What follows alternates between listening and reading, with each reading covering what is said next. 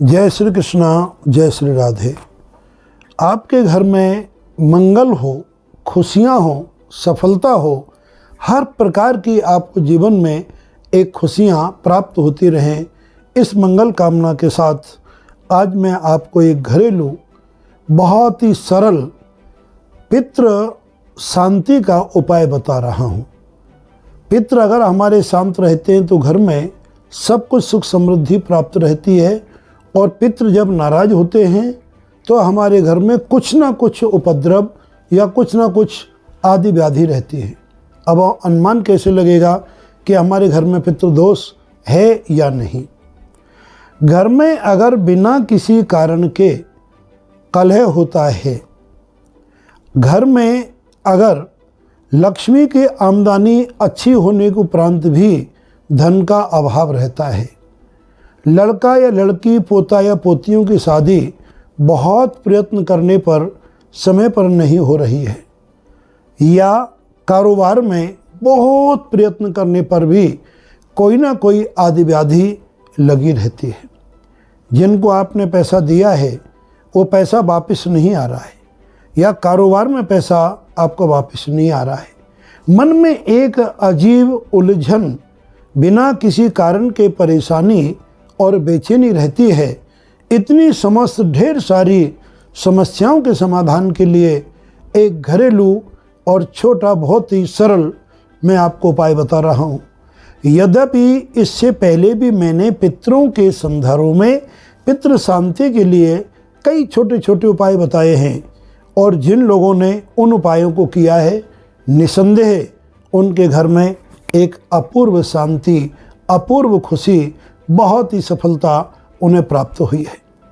किंतु उन उपायों में से भी और सरल उपाय हमने खोजा है, शास्त्रों का अध्ययन किया है, अनुभव गुरुजनों के शरण में जो हमारे ज्ञान के खजाने हैं गुरुओं के दरबार में, उन खजानों में से हमने एक खजाने का भाग और निकाला है, जिससे आप अपनाएं और देखें फिर आपके घर में कितना एक अपूर्व सुख समृद्धि सफलता की एक गंगा बहती है, आपस में आत्मीयता की एक धारा प्रबल होती है। बिना कोई कारण के घर में चार लोग हैं तो चारों की चार अलग अलग मति हो रही हैं। इन सब के पीछे आप ये समझना चाहिए ग्रह दोष अपनी जगह पर होता है, उसके बारे में हम आपको पुनः चर्चा करेंगे। आज मैं ये कह रहा हूँ कि इन सब के पीछे अपना पितृदोष का सर्वाधिक प्रभाव पाया गया है, और अतः उन पितरों के लिए एक बहुत छोटा सा सरल जो उपाय मैं बताने जा रहा हूँ, इसमें दोनों तीनों का मैं आपको विधान रख दूंगा।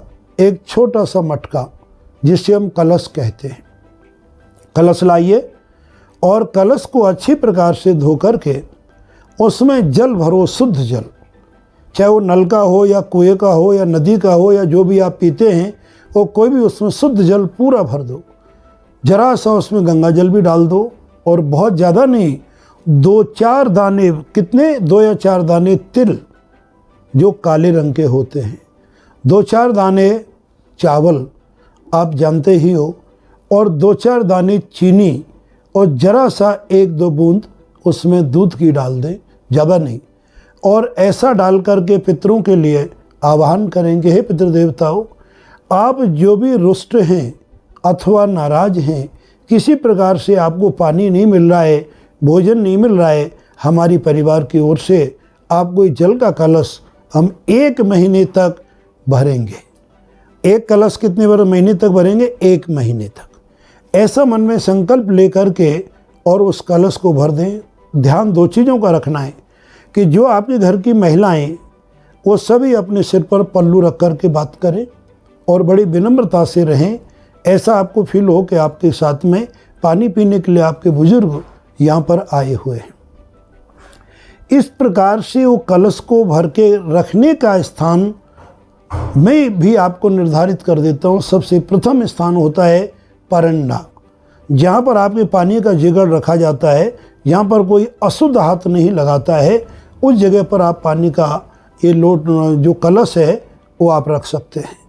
अगर आपके परंडा में इस प्रकार की जगह नहीं है, या कोई काम वाली बाई या अन्य कोई व्यक्ति बर्तन धोते हैं, छींटे आदि पड़ने की संभावना है, तो इस कलश को भगवान के मंदिर में भी रख सकते हैं।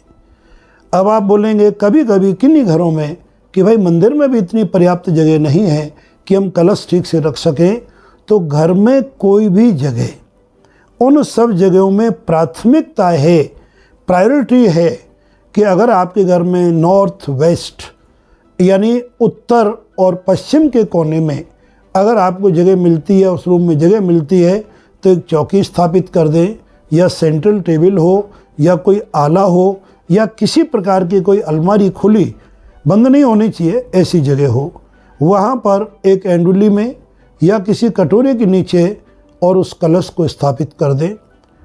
और सभी लोग प्रार्थना करें, हे पितृदेवताओं, मेरे परिवार में और मेरे नाना नानी के परिवार में जो कोई भी पितृ योनि में, पिशाच योनि में, गंधर्व योनि में, नाग योनि में, किन्नर योनि में, भूलोक में, भुवन लोक में, आकाश लोक में, पाताल लोक में, जहाँ कहीं भी तुम भ्रमण कर रहे हो, विचरण कर रहे हो, उन सबको हम प्रणाम करते हैं।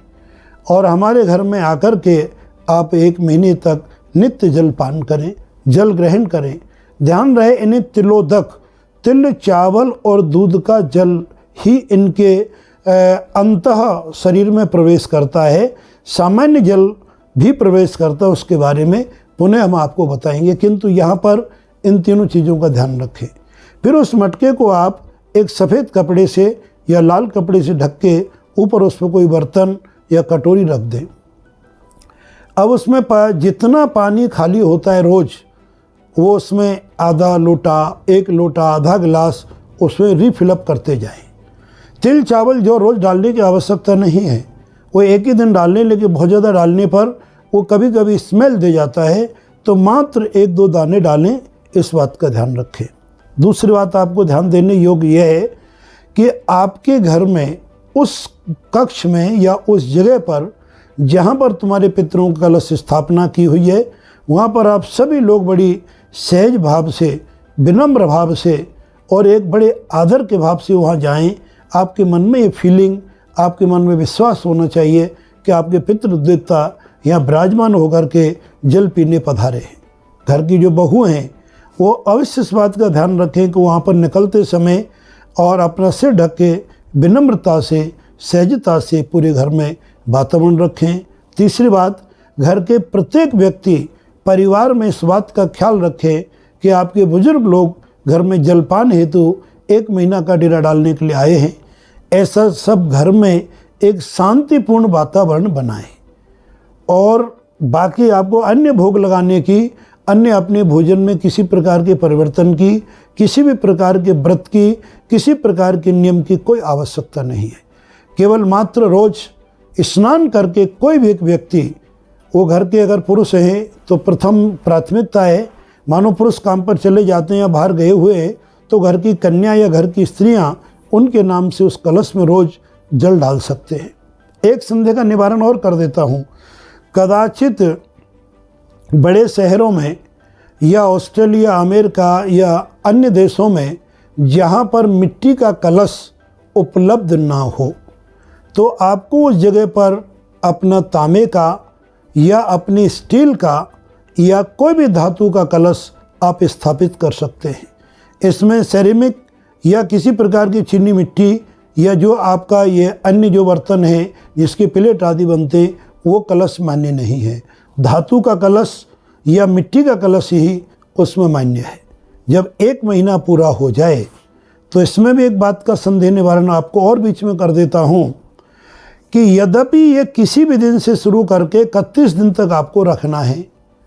अगर आपके निकट भविष्य में पूर्णमासी आने वाली है तो पूर्णमासी से पूर्णमासी, चाहे 29 दिन हो, चाहे 30 हो या 31 हो, 1 दिन का अंतर आता है तिथियों के घटने बढ़ने में, तो आप पूर्णमासी से पूर्णमासी कर सकते हो, अथवा किसी भी तारीख से किसी भी समय पर आप ये करके देखें। फिर देखें आपके घर में कितनी शांति होती है, कितना आपको उत्तम कोटि का होता है। इस कलश को रखने के लिए कोई भी महीना ना कम है ना ज़्यादा है, क्योंकि उनको तो प्यास लगी है। आप किस अच्छे मुहूर्त का इंतजार करेंगे तो उन्हें बहुत ज़्यादा प्यास सताने लगेगी, तो किसी भी समय पर आप कर सकते हैं।